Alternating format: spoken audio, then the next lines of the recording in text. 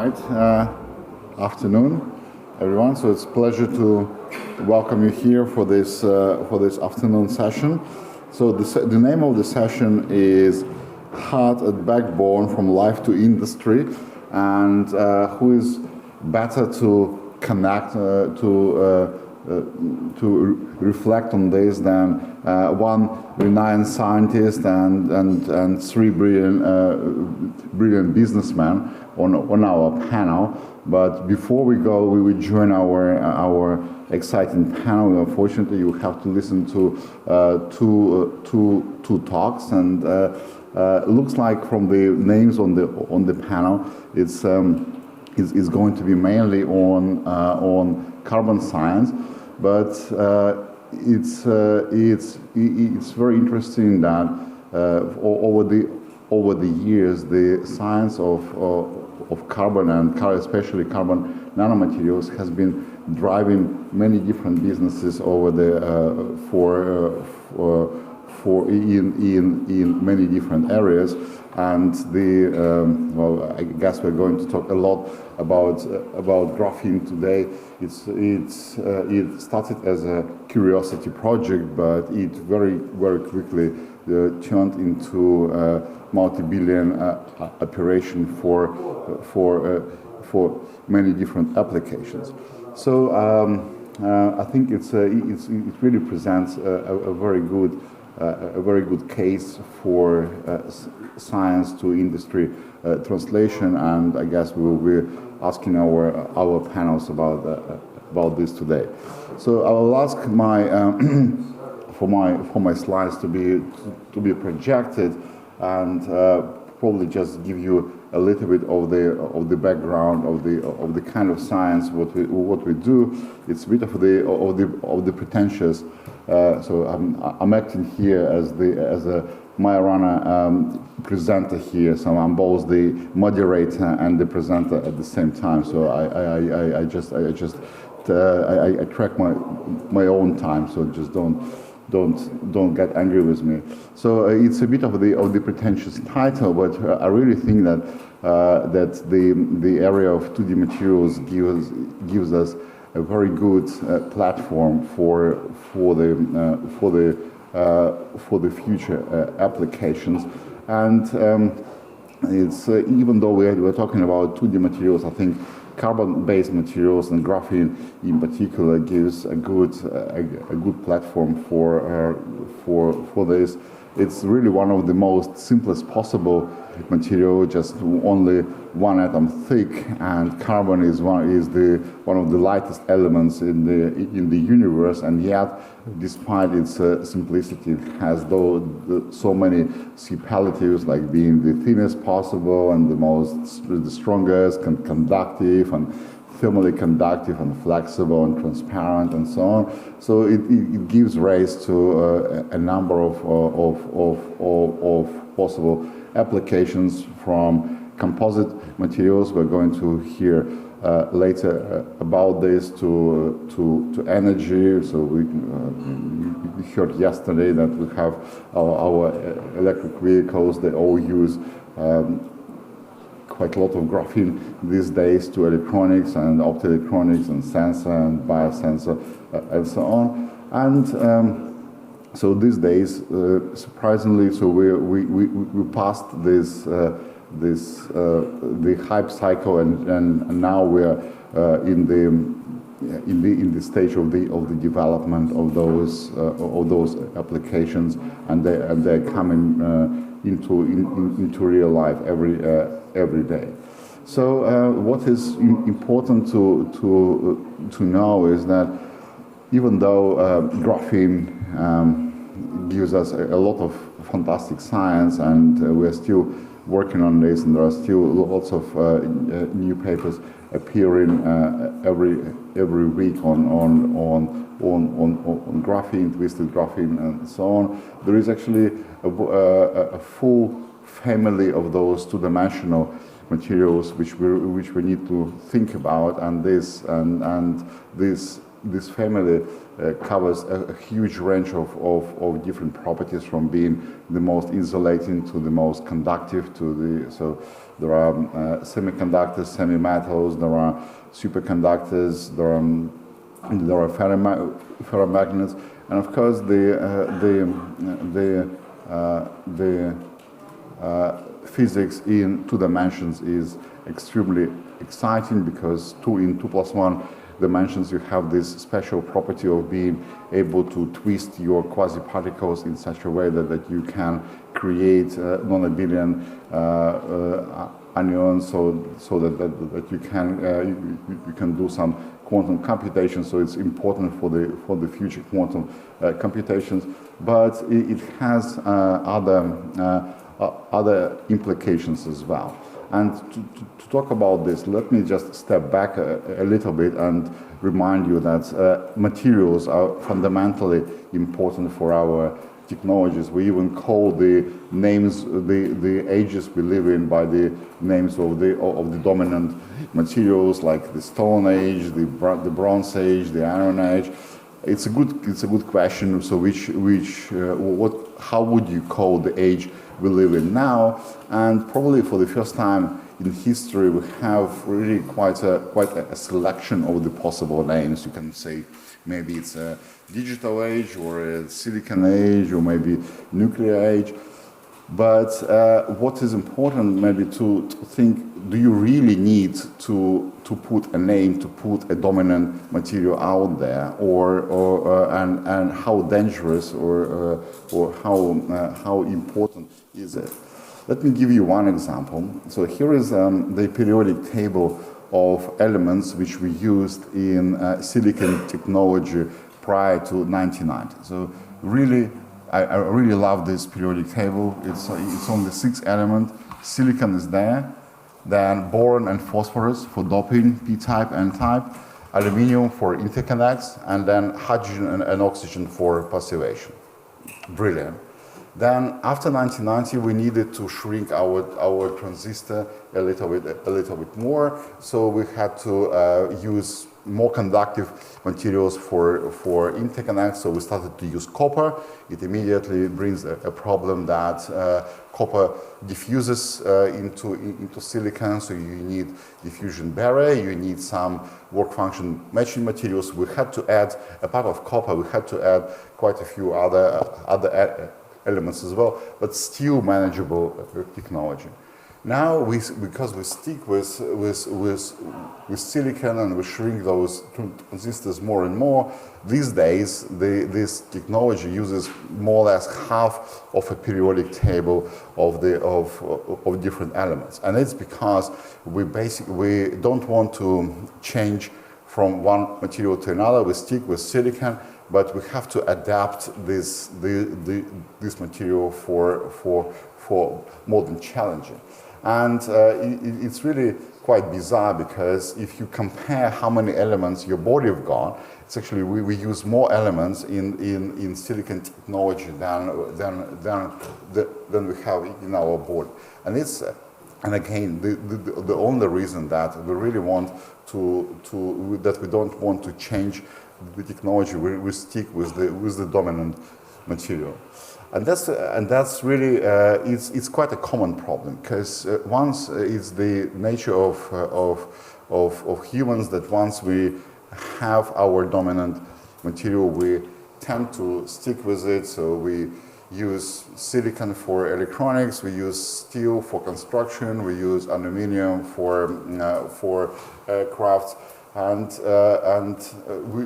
it's great that we know those materials inside out, but it still limits our abilities, because every time an engineer wants to create a new device, he or she would need to change what silicon can do for me. Was the work function, was the band gap, was the band gap of silicon oxide, and then create the device within those ranges.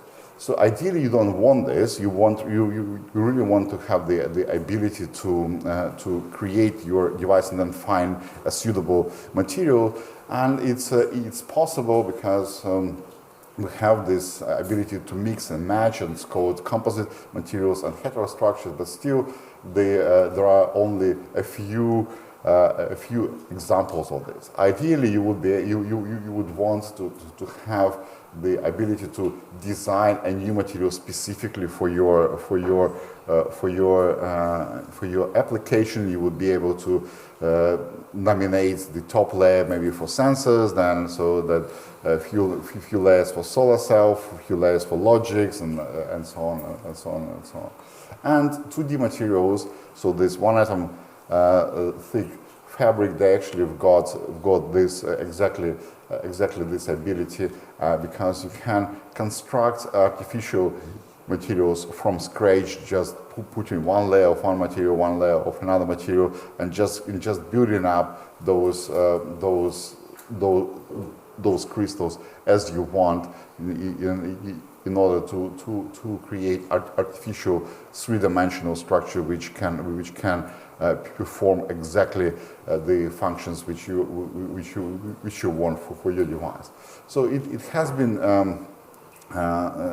available for the last few years, and people really created a number of unique heterostructures, including those for applications. So in this case, so this is the light emitting diode. So you just so graphene plays on the secondary role here. There are many other materials which are important here, but you can make transistors, you can make resonant tunneling diodes, you can make solar cells, you can make light emitting diodes. You can do so really lots of new materials. But what is exciting that this situation is not just simply linear. So you really got new physics out of it. So you can. I'll probably skip it. It's a beautiful picture, which I have no idea how to describe in 30 seconds, but I just say that if you there is new emergent physics that if you take two perfectly conductive graphene sheets and you just put them together and you rotate by a small degree, you can turn it into an insulator, and or if you apply voltage to it, you can turn it into a superconductor.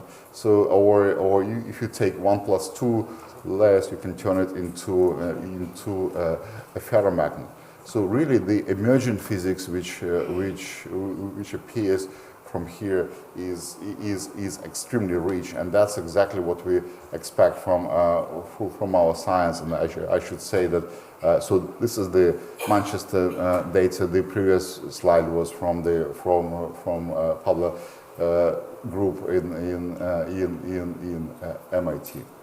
So what just before I finish, I want to say a few words about the new era which is coming to us, about the application of artificial intelligence for the materials design, and people have been working on this and speculating on this for the last 2-3 years. And 2D materials actually are quite is a nice platform for this, because of course you can create 3D materials by stacking those together, which is frankly too complex, not only for humans but also for for artificial intelligence. But it also got this it gives you this opportunity that you can change the chemical structure in the plane, which is because it's a rare case when your material is so the bulk of the material is at the same time as the surface, and it gives you opportunity to modify it quickly and change the property and study this. And of course, we thought it would present perfect case for the application of the artificial intelligence to design the new properties of those 2D materials. So we created lots of databases, so both in our group, but those exist globally, and so we tried to do it, and we failed miserably. So and I should say I mean, it was a bit painful that we failed, but at the same time, we feel that we are in a good company, because many other groups did fail as well. So here is the example of the famous Google DeepMind paper from 3 years ago, when those guys, after the success of ChatGPT, they thought you can apply artificial intelligence to pretty much anything.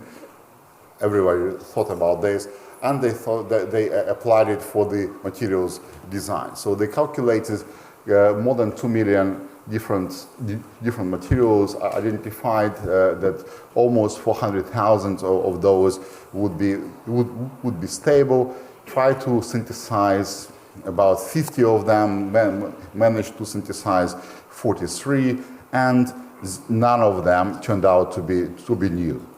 So, and this is a really common, a bit of a common problem, that the artificial intelligence, which we saw works beautifully for language translation, for the generation of the new text, doesn't work at all in some of the areas of science, like in materials design. And one of the reasons for that is that the databases which we use are based on very, very simplistic materials. They have just a few atoms in their unit cell.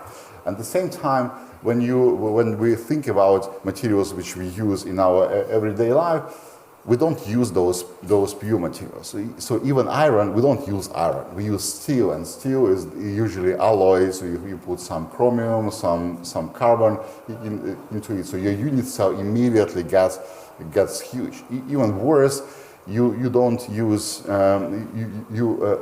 the useful properties are coming not only from the chemical structure. They're coming from the morphologies, from the grain structure of the crystallites and so on. And then for some of the applications, for example, for catalysis, we have to structure them into the three-dimensional shape and so on.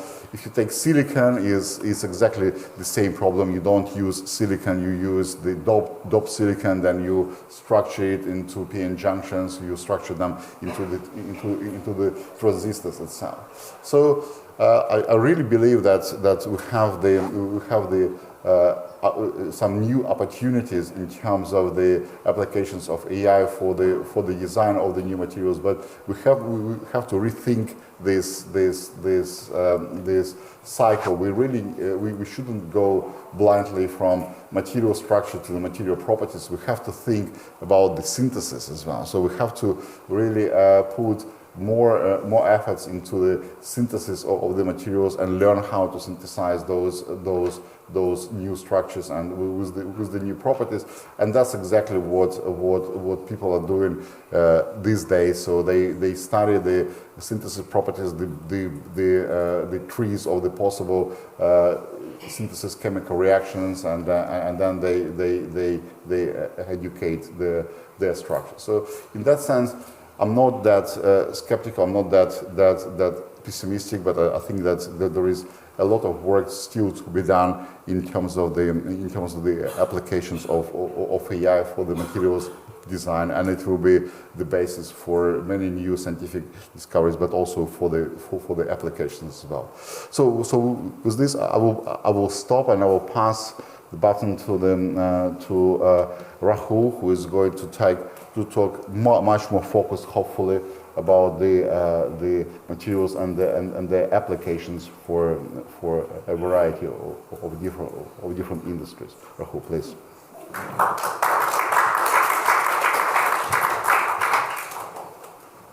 Good afternoon, everyone. First of all, I would like to thank WLA for inviting me for this event.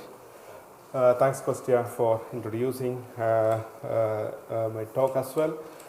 Today I will be talking about graphene membrane. So it's basically from materials to impact, graphene membrane for net zero water treatment.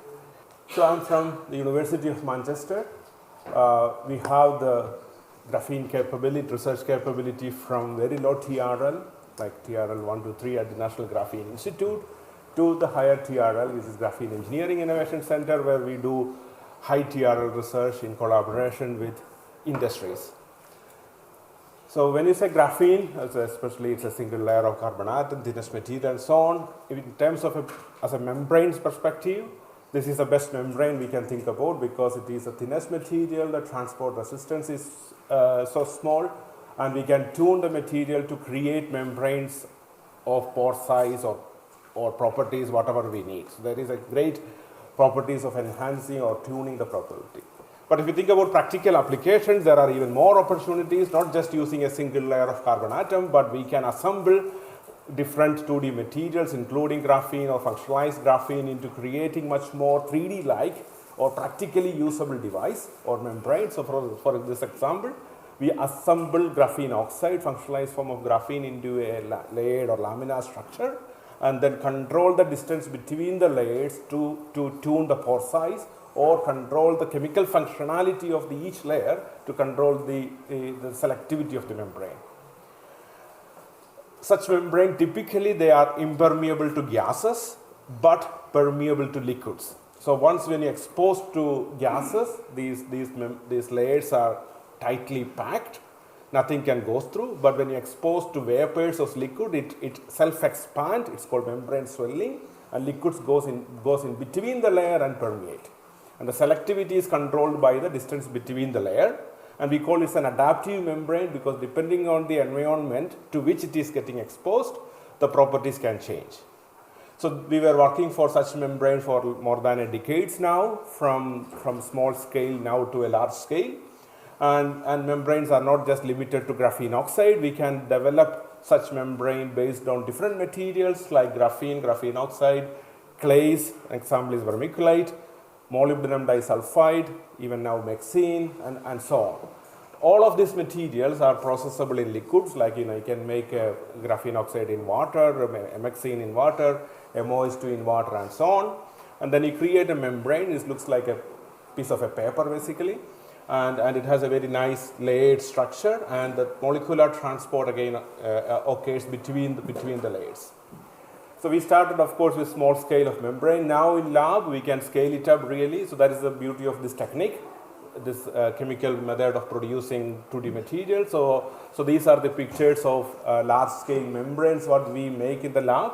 So first one is a hollow fiber. First two of them are hollow fiber membranes. So basically you take a polymer tube, then you modify or coat that with any of this 2D material. The coating can be inside or outside. So that is what you see in the middle picture is a scanning electron microscope. The active layer, which is around tens of nanometer to hundreds of nanometer, it's a tunable, and that gives all the selectivity to the membrane, and the substrate, that's the bottom layer, is a porous polymer. Same thing can be also applied to the desalination membrane, which is not hollow fiber, which is spiral wound membrane. It's just basically you make a piece of paper and then spiral it into making large area membrane. Now, if you look at in terms of performance, you can see all the open doors that are from graphene-based membrane. The flux is orders of magnitude higher than the solid data points are from the commercially available membrane. And with graphene, the beauty is again we can control the pore size from tens of nanometer down to even sub-nanometer by tweaking the formulation of the material or changing the functionality of the material and so on. Now, if you are specifically interested in water desalination, seawater desalination, that is a comparison of a data what we created in our lab. So the red data is from graphene-based membrane for seawater desalination, and the black one is the state-of-the-art membrane which is available in the market, which is called a Torre membrane. That is the best membrane at the moment we can buy. So that data is specifically on a fouling. So in terms of water filtration, it's a technical term. Salt rejection is you get 99.9% even with commercial membrane. Graphene can get the same. So but the real benefit is in the lifetime of the membrane. It's called membrane fouling. So the data is from a biofouling. So if you look at the membrane performance as a function of time, the Torre membrane decreases the water flux with time, but graphene, yes, there is a slight decrease, but it stays there. It's mainly because it has a self-cleaning capability. So the foulant does not stick to the surface. If you because of the cross flow, water is flowing through the membrane, that can keep the membrane surface cleaner. So that means we can extend the lifetime. So these all are Now we are comparing graphene membrane with the existing membrane in terms of performance. We are improving the performance, improving the lifetime and so on. But with graphene based membrane, we can do even much more than what commercial membranes can do. So in terms of a long term perspective, this is a concept we published several years back on smart membrane. So graphene based membrane, we can make it electrically conducting by creating certain conducting filament, and by controlling the current through such membrane, we can make it even a smart membrane. So by passing a current, the water flux through the membrane can be controlled from on state to off state, or even precisely controlled in between. For example, you see that it can multiple times switch on and off by applying a current. Water either goes through or gets stopped, or you can switch off the membrane for a longer time by applying a current through the membrane. So that's a concept for smart membrane, but this is definitely at the low TRL. This is a proof of concept experiment we did several years back. Now if you think about something what we can do more in a short time, we were thinking about water desalination. But now if you think about water desalination, what I was showing in the previous slide was improving the membrane in terms of fouling, or improving in terms of water flux and so on. But again, we are using the current process, what is called reverse osmosis process for water filtration. So the scope for improvement there is maximum 10% or so in terms of, if you look at the energy intake by looking at the fundamental process. Desalination, if you think more closely, you can see that desalination produces clean water as a product, but it makes three other problems for us. The three problems are it is a high energy intensive process, because you have to overcome the osmotic pressure. That's, if you look at its terawatt of power globally it is using, and it creates 100 million tons of CO2 as an emission just from the RO process. And more than that, typically the recovery means if you take a seawater, only 50% of that get maximum. It's typically 40 to 50% is converted into pure water, and the rest of the water is going back to sea as a brine, highly concentrated seawater. So that is actually causing a lot of ecological problems and so on. So the current technology create one product, but it's creating three problems for us. So we were thinking, can we redefine this process, RO itself, by using this kind of wonderful material, graphene-based material. So now if you think about the current process, there are three methods of doing desalination. This is very fundamental physics, like reverse osmosis, forward osmosis, membrane distillation. So in reverse osmosis, we apply a pressure, mechanical pressure, to overcome the osmotic pressure, that is delta pH in the bottom equation. If you think about forward osmosis, we apply an external high concentrated saline water, that's called draw solution, that creates a delta pi chemical potential gradient or osmotic pressure gradient to drive the water. Or if you think about distillation, that is delta T, we create an external temperature gradient. So either external temperature gradient or concentration gradient or pressure gradient is required to pump the water from seawater to the pure water, or just to overcome the osmotic pressure. So this is the current state of the art processes. Now if you think about our biological membranes, for example in our body, lot of kind of reverse osmosis or membrane or ion transport, water transport, all occurs in our body and all in plants and so on. But in all that process, there is no external temperature or no external pressure, or there is no external concentration gradient is there. So in that process, most of the time, the water transport occurs by using the cellular energy, and this energy is deriving from chemical reactions basically. So we were thinking, can we create or mimic something like that by using 2D materials? Can we create the energy from chemical reactions to drive the water transport? Now if you think about our membranes or graphene, they are actually 2D capillaries. And if you think about such a capillary with a negatively charged surface charge on the membrane, and if you put it in water, typically it forms electrical double layer. And because of the negative charge, if you put an external ion into the membrane feed, the same charge, ion with the same, we call it co-ion, that cannot enter the membrane because of the electrostatic ion exclusion. This is also known before, ion exclusion phenomena. Because of the same charge, ion cannot enter because of electrostatic repulsion. Now we think little bit differently. We think, okay, can we somehow create this ion inside the channel, a negative ion, a co-ion inside a negatively charged capillary? And if that is the case, these ions are not stable because of the electrostatic repulsion, they should come out from the channel immediately.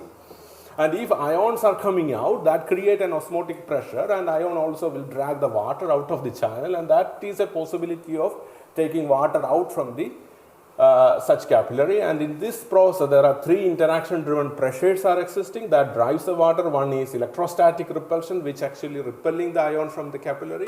Second one is van der Waals attraction force between these graphene layers. And third one is osmotic pressure, which is directly proportional to the number of ions coming out. If you take more ions, of course, more osmotic pressure will drive the water out. So this is what experimentally we did now, and such a experiment, if you can continue long, so like continuously run the ion creation inside the channel, that will drive water out from the capillary continuously as well, and it is a non-equilibrium process, and then we will get a continuous process in practice. This is what exactly we did in experiment. So we take a graphene oxide membrane which they are negatively charged, and one side of the membrane we take an alkaline solution, like we add some potassium hydroxide or ammonia hydroxide. Other side of the membrane we added a carbon dioxide gas. So one side of the membrane is alkaline water, other side is carbon dioxide. These membranes are impermeable to gaseous CO2, but carbon dioxide can dissolve in water and little bit penetrate inside the membrane, and such a reaction happens inside the membrane. So KOH plus CO2 create a bicarbonate. Bicarbonate is an anion. So once anion is there, they are electrostatically unstable, it comes out and water should come immediately out as well. That's what our idea was. And so such process to occur, there are three conditions we need. The membrane has to be highly negatively charged. Because of negative charge, it also excludes all the anions except OH minus ion, because we need to have that reaction inside.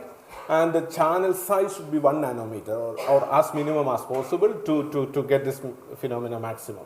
So experimentally again we tried, and this is what exactly we see. You take a membrane, put it in a hydroxide only on one side, other side is air or CO2, and immediately what we see is that liquid water is coming out of the membrane, and you can see big droplets. And if you wait for some time, if you say, let's say 1 centimeter square membrane, you get tens of milliliter of water by waiting several hours. So this is no pressure, there is no chemical external gradient. Only thing is we have an alkaline water on one side and other side is air or CO2. If you remove the air or CO2 with let's say nitrogen or argon, no liquid comes out. So this membrane surface is dry. As soon as you put let's say few percentage of CO2, even air is fine, you get this big droplets of water coming out. It's not really pure water, it's a carbonate water. It's a carbonate or bicarbonate. So now thinking about applications, so we started with the alkaline water. So what about alkaline seawater? So we take seawater and put some ammonium hydroxide in this case to make it alkaline, and we see that the permeate, which is carbonate, that is free from chloride, but on the return date, which is the water left in the feed, that is actually rich in chlorine. So we are actually partitioning the sodium chloride into sodium in one side and rich in chloride on the other side. Now if you think about the current reverse osmosis process, so what we do is we're taking a membrane and taking water out and keeping all the sodium chloride in one side. So basically you keep the sodium chloride and getting water. So but this process, you are partitioning the sodium chloride into sodium on one side and chloride on the other side. Sodium becomes sodium bicarbonate and chloride become, if you are using ammonium hydroxide, it becomes ammonium chloride. So that is the difference between this process and the current process, and then the bicarbonate liquid what we generate can be using some ion exchange process. We can get back all the carbon dioxide back and then water. So bicarbonate become CO2 and water. And then if you think about the whole process, we start with sodium chloride and ammonium hydroxide in the feed, some flue gas which is few percentage CO2, and that generate ammonium chloride, sodium nitrate. Again nitrate is coming from an ion exchange process, and pure CO2 that is during the again ion exchange process, and water. So there is no waste is generated in such process. All the products what we are generating, ammonium chloride, sodium nitrate, they are actually fertilizers. And pure water and CO2 again is a value added product. So from what we need is a CO2 gas and ammonium hydroxide as a feed. So that means we are generating value during the process rather than creating problem compared to the seawater desalination. So we call it the near zero liquid discharge. That means there is no brine is generated. Sodium chloride is not generating in this process, and we are creating value by creating ammonium chloride, sodium nitrate fertilizer. And it is also scalable by using a hollow fiber membranes. Now, if you think about the state-of-the-art RO process, they are using spiral wound membranes. So here we are using hollow fiber. This is a simple process and no external pressure and so on. Now, just for a comparison, if you take a 1 liter of pre-treated seawater, and during this process, what we generate is half a liter of potable water, then half a liter round of a liquid fertilizers and pure CO2. That is the whole process, and we are now commercializing this technology by using a spin-out from the university called Holograph Limited. With that, I conclude. So we say the graphene-based membranes have a great potential in RONF membrane. That's basically improving the performance. But more than that, we can also design a new novel process to completely redefine the existing reverse osmosis process for energy efficient water filtration. With that, I can acknowledge all my team members, collaborators, and more than that, Professor Andre Gaim and Professor Konstantin Novoselov for motivation, guidance, supervision, and much more. With that, thank you very much.